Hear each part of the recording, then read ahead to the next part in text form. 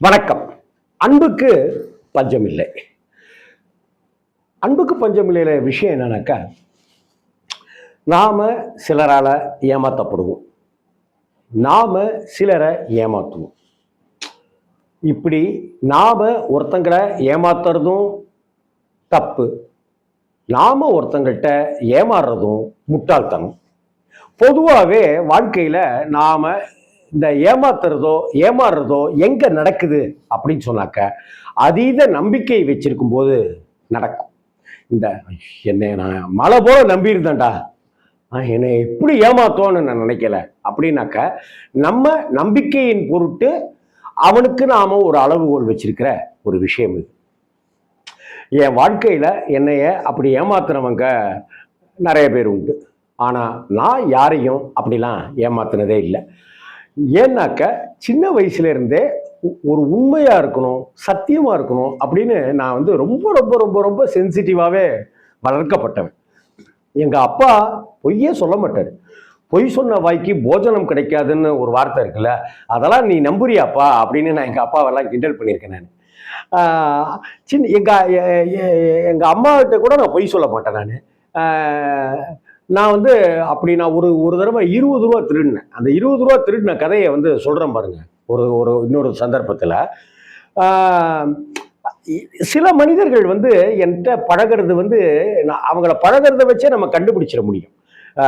நான் திருச்சியில பிறந்து திருச்சியில வளர்ந்து பொன்மரையவே ரவுண்டு கட்டி வாழ்ந்து அதுக்கு பிறகு காரைக்குடியில கோட்டையூர்ல இருந்து கோட்டையூர் காரைக்குடி பள்ளத்தூர் காரைக்குடியிலிருந்து பழனி பாத யாத்திரை எல்லாம் போய் வந்து அதற்கு பிறகு ஒரு சினிமா தியேட்டர்ல வேலை பார்த்து அதற்கு பிறகு ஒரு ரயில்வேல அப்ரண்டிஸா பொன்மலை ரயில்வே ஒர்க் ஷாப்ல வேலை பார்த்து தினபூமி பத்திரிகையில வேலை பார்த்து சொந்தமா கையெழுத்து பத்திரிகை கவியரங்கம் பட்டிமன்றம் அப்படின்ட்டுலாம் பண்ணி என்னுடைய 20-21 வயசுலேயே வார்த்தை சித்தர் வலம்புரிஜான் அவர்களை வைத்து ஒரு விழாவே நடத்தி அதற்கு பிறகு ஒரு பொங்கல் விழாவையே அங்க டிஎம்கேல ஜெயசீலன் அப்படின்னு ஒரு ஐயா ஒருத்தர், அந்த ஜெயசீலன் அண்ணன்னு நாங்க கூப்பிடுவோம்.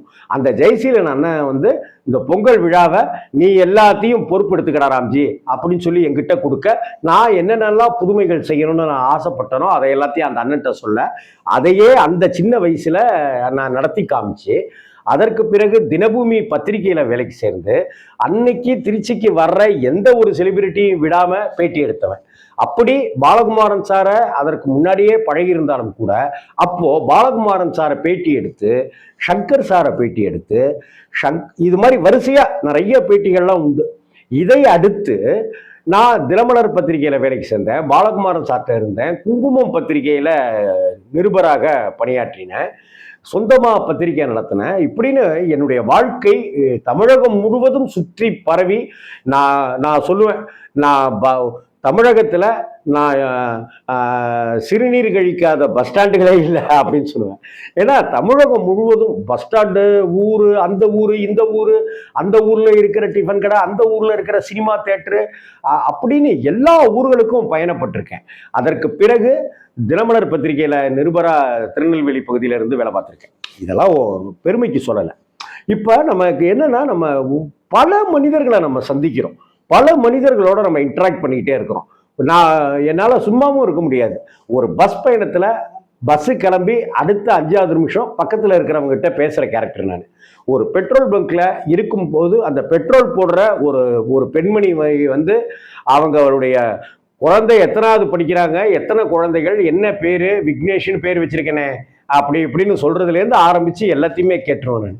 ஒரு வாழைப்பழம் வாங்குற இடத்துல முதற்கொண்டு உடனே ஒரு நட்பு பாராட்டி, என்ன மதுரை பக்கம் மாதிரி இருக்கு பேச்சு, ஆமாண்ணே மானாமதுரனே அப்படின்னு சொன்ன அந்த அக்காக்கள் எல்லாமே எனக்கு அப்படி ஒரு உறவு உண்டு. ஆண் பெண் எங்கேயா இருந்தாலும் டக்கு டக்கு டக்கு டக்குன்னு பேசிக்கிட்டே இருப்பேன் நான். அப்ப நமக்கு தெரியும் அவங்க ஏமாத்துறாங்களா என்னன்ட்டு. சமீபத்துல கூட பாண்டிச்சேரியிலிருந்து ஒரு ஹோமத்துக்கு குடும்ப சகிதமா வந்திருக்கிறவர் வந்து என்னை ஏமாற்றுபவர் அப்படின்னு தெரியும். அப்படி ஏமாற்றுபவர்னு தெரிஞ்சுதான் நான் ஒரு விளையாட்டு விளையாண்டேன், கொஞ்சம் தள்ளியே வைக்கணும் அப்படின்னு சொல்லி. இது எல்லாம் வந்து என் கூட 15 வருடமா 16 வருடமா உறவாடி கொண்டிருக்கிற பேசிட்டு இருக்கிற பழகிட்டு இருக்கிற அப்பாஜி அப்படிங்கிற அந்த பையனுக்கு வந்து என்னை பத்தி தெளிவா தெரியும். ராம்ஜி வந்து ஒவ்வொருத்தரையும் கணிக்கக்கூடியதுல எப்பேற்பட்டவன் அப்படின்னு. இப்ப ராம்ஜி எப்படி அப்படின்றத நான் பட்டவர்தனமா வெளிச்சம் போட்டு காட்டிடுவேன். நான் இப்படித்தான் அப்படின்னு சொல்லி ஓப்பனாவே பேசிடுவேன். ஆனா பாலாஜியோ அல்லது வேற யாரோ கோபால்ஜியோ யாரோ ஒருத்தங்க அது மாதிரிலாம் வெளிப்படையா இனி ஏன் அளவுக்கு பேசுவாங்களா, ஏன் அளவுக்கு முகநூல்ல எழுதுவாங்களாங்கிறது தெரியாது. அப்பாஜிக்கு என்ன ஒரு பயம் பாவம் அப்படின்னு சொன்னாக்கா, அவன் உலகம் தெரியாத சின்ன பையன் புள்ள. அவன் ஐயோ பாவம்னு இருக்கிற பையன். அவனுக்கு உலகம் தெரியாது, மனிதர்கள் தெரியாது, ரொம்ப வெள்ளந்தியான பையன். அந்த அப்பாஜி வந்து என்கிட்ட அடிக்கடி சொல்ற விஷயமா இருக்கும்னாக்கா, என்னைய அப்பா அப்பான்னு தான் கூப்பிடுவான். என்னடா தாடியெல்லாம் நரைச்சிருச்சுங்கிறதுனால அப்பா அப்பான்னு கூப்பிடுறியா, உனக்கு எனக்கும் 9 வயசோ 8 வயசோ தான்டா வித்தியாசம் அப்படின்னு சொல்லுவான். இப்ப பாருங்க டை அடிச்சிட்டேன். இனிமே அவன் என்னைய தம்பி ராம்ஜி அப்படின்னு கூட அப்பாஜி கூப்பிடுவான்னு நினைக்கிறேன். அந்த அப்பாஜி வந்து என்கிட்ட அடிக்கடி சொல்லுவான், அப்பா ஏமாந்துடாதீங்க, இவன் இப்படி, அப்பா ஏமாந்துடாதீங்க, இவன் உங்களை கிட்ட பழகிறதே ஏமாத்துறதுக்காகத்தான் அப்படின்னு சொல்லி. இங்க அப்படிலாம் ஒன்றும் சுலபமா ஏமாத்திட முடியுமா என்ன சொல்லுங்களேன். இல்ல, நாம ஒருத்தர்கிட்ட அதீதமா எதிர்பார்த்தாதான் அங்க எதிர்பார்ப்பு ஏமாற்றத்தை கொடுக்கும். நான் யாருகிட்டையும் எந்த எதிர்பார்ப்புமே வச்சுக்கிறது இல்லை. நான் அவங்களுக்கு கொடுக்க நினைக்கிறது எல்லாமே அன்பு அப்படிங்கிற விஷயத்தை தான். இந்த அன்புங்கிற விஷயத்துல நான் வந்து எந்த எதிர்பார்ப்புமே இல்லாம, என் நண்பன் ரகோத்தமன் கூட சொல்லுவான், வருஷம் நிறைய பேருக்கு நீ சட்டை வாங்கி தர, பிறந்த நாள் அன்னைக்கு கரெக்டா டிஷர்ட்டோ ஷர்ட்டோ அல்லது சுடிதாரோ புடவையோ வாங்கி தர, ஆனா ஓம் பிறந்த நாளைக்கு நீ சட்டையெல்லாம் அவங்க தரணுமே, அவங்களுக்கு நம்ம வாங்கி கொடுத்தோம் அவங்க தரணுமே நீ எதிர்பார்க்கறதே இல்லையா ராம்ஜி அப்படின்வாங்க. நான் அப்படிலாம் எதிர்பார்த்தெல்லாம் பழகிறது இல்லை. அவங்களுடைய பிறந்த நாளைக்கு நான் சந்தோஷப்படுத்தணும்னு ஆசைப்படுறேன், அதான் என்னுடைய சந்தோஷம். மற்றபடி ஏன் பிறந்த நாளைக்கு இப்படி கொடு அப்படி கொடு அப்படின்ட்டுலாம் கூட இல்லை. இன்னொரு விஷயம் என்னன்னாக்கா, இன்னைக்கு என்கிட்ட இருக்கிற பேண்ட் எல்லாமே ஜீன்ஸ் பேண்ட். ஆனா ஒரு காலத்துல ஜீன்ஸ் பேண்ட் போடணும் அப்படின்னு எனக்கு ஒரு ஆசை இருந்த சமயத்துல, அதே போல எனக்கும் ஆசைன்னு என் நண்பன் ரகோத்தமன் சொன்னப்ப, நான் அவனுக்கு ஃபர்ஸ்ட் அவனுடைய பிறந்த நாளைக்கு நான் ஜீன்ஸ் பேண்ட் வாங்கி கொடுத்துட்டு, அதற்கு பிறகு 2 வருடங்கள் கழித்து தான் நான் ஜீன்ஸ் பேண்ட் வாங்கிக்கிட்டேன். இன்னும் சொல்ல போனாக்க, திருச்சியில என்னுடைய நண்பன் லாரன்ஸ் தானே, என்னென்ன பெரிய விஷயம் வாங்கினே போலாம் அப்படின்னு குமார் ஷர்ட்ஸ் கடைக்கு பக்கத்துல அகமதோ ஏதோ ஒரு கடை திருச்சி மலைக்கோட்டை கிட்ட, அந்த கடையில தான் போய் எனக்கு ஜீன்ஸ் பேண்ட் வாங்கி கொடுக்கும். அதே போல இந்த அப்பாஜி வந்து எதுவா இருந்தாலும் ஒரு 3 மாசத்துக்கு முன்னாடி ஒரு பையன் வீடு விற்கிறதுக்காக ஒரு அம்மாவை கூட்டிட்டு வந்தான். அப்பா அவன் அப்படிப்பா அப்படின்னு. ஒரு பெண்மணி என்கிட்ட பேசினாங்க, அவன் அப்படிப்பா ஜாக்கிரதையா இருங்க அப்படின்னாங்க. ஏண்டா என்னடா, ஒரு இங்க ஒரு பெண் அப்படின்னா அவளுடைய கற்பை பத்தியும், ஒரு ஆண் அப்படின்னா காசு பணத்தை பத்தியுமாடா பேசுறது, ஆனா விடுறா நம்மளே வேண்டாம் ஏமாத்த முடியும் அப்படின்னு என் அன்பு தம்பி அப்பாஜி கிட்ட நான் அடிக்கடி அவனுக்கு ஒரு அறிவுரை மாதிரியோ அல்லது ஒரு எச்சரிக்கை உணர்வோட தான் நான் இருக்கேன், ஒண்ணு எனக்காக பதறாத அப்படின்னு சொல்லுவேன். பொதுவா இங்க டிப்ரெஷன் இருக்குல்ல, எல்லாருக்குமே இருக்கு. ஒரு ஸ்ட்ரெஸ் இருக்குல்ல, ஒரு மன அழுத்தம் இருக்குல்ல. இப்ப நான் சிரிச்சு பேசிட்டு இருக்கிறேன்னா, வீடியோ பேசி முடிச்சுட்டு நான் ஒரு டிப்ரெஷனுக்குள்ளார ஆளாகலாம்.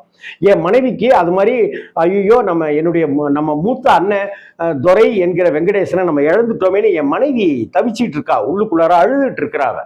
அதே போல அப்பாஜிக்கு ஒரு ஸ்ட்ரெஸ் இருக்கு, அப்பாஜிக்கு ஒரு டிப்ரெஷன் இருக்கு. ஆனா அப்பாஜி அத்தனை டிப்ரெஷனையும் தூக்கி போட்டு, அத்தனை ஸ்ட்ரெஸ்ஸையும் தூக்கி போட்டுட்டு, அத்தனை மன வருத்தங்களை எல்லாம் தூக்கி கடாசிட்டு, உங்களை ஏமாத்திடுவான், அவன் ஏமாத்திடுவான், இவன் ஏமாத்திடுவான்னு எனக்கு பயமுறுத்திட்டு இருக்கிறான். டே என்னடா தம்பி நீனு ராம்ஜியை புரிஞ்சிட்டது அவ்வளவுதானா அப்படின்னு சொல்லிட்டு அந்த பையன்கிட்ட கேட்டேன். இங்க யாரையும் ஏமாத்தணுங்கிற கங்கணம் கட்டிட்டுலாம் நம்ம யாருமே செய்யறது இல்லைங்க என்ன. அதனால என் முதுகுக்கு பின்னாடி இருந்து குத்துனாலும் சரி, என் நெஞ்சுக்கு முன்னாடி இந்தா வச்சுக்கன்னு குத்துனாலும் சரி. இப்ப என்னுடைய சூழ்நிலை இருக்குல்ல, ஒரு பக்கம் கடன் பிரச்சனை, ஒரு பக்கம் வீடு விற்கணும், ஒரு பக்கம் என்னுடைய மச்சினை, என்கிட்ட 3 மச்சினன்கள்ல என்கிட்ட பேசுற ஒரே பயமுள்ள செத்து போயிட்டான். அவனை இழந்து நிற்கிறேன். என்னை அண்ணா அண்ணான்னு கூப்பிடுவான். சும்மா வாய் வார்த்தைக்கெல்லாம் குரு குருன்னுலாம் சொல்லாம உண்மையா என்னைய குருநாதர் எனக்கு அப்பா என்ன அண்ணே எனக்கு நீங்க குருநாதர்னா அப்படின்னு சொல்லுவோம். ராம்ஜி அண்ணா சொன்னா சரியா இருக்கும் அப்படின்னு நினைப்பான்.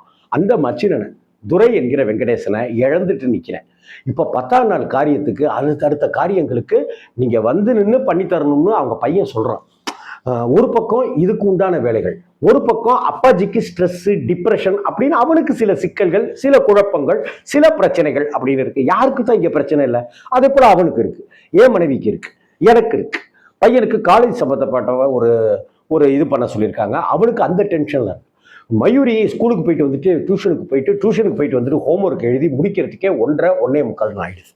அதனால இங்கே இத்தனை பிரச்சனைகள், இத்தனை சிக்கல்கள் அப்படின்லாம் இருக்கிற இந்த உலகத்தில் யாரையும் ஏமாற்றணுங்கிறதுக்காக மெனக்கெட்டு ஃபோன் போட்டு பேசுறது இல்லை, பழகிறது இல்லைங்கிறத நான் புரிஞ்சுக்கிட்ட மாதிரி பல பேர் புரிஞ்சுக்கணும். பல அப்பாஜிகள், பல ராம்ஜிகள், பல பாலாஜிகள், ரமேஷ், மகேஷ், சுரேஷ்னு எல்லாரும் புரிஞ்சுக்கிட்டோம்னாக்க யாரையும் ஏமாத்திடவே முடியாதுங்கிறதுல தெளிவாக இருந்துக்கணும். ஏமாற்றாதே ஏமாறாதே அப்படிங்கிற மாதிரி தான். நம்ம யாரையும் ஏமாற்றவும் வேணாம், நம்ம ஏமாறிக்கவும் நாம எந்த ஒரு விஷயத்தையும் இடம் கொடுக்க வேணாம். ஏமாந்துடாதீங்க. வணக்கம்.